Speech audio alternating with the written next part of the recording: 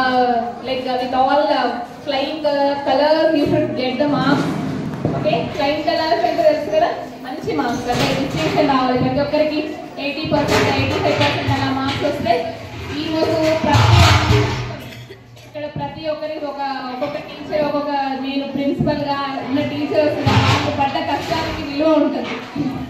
And as well మీరు మీ లైఫ్లో ఎదగడానికి ఇది ఫస్ట్ స్టెప్ నేను ఎప్పుడు చెప్తూ ఉన్నాను కదా, అలానే. ఓకేనా?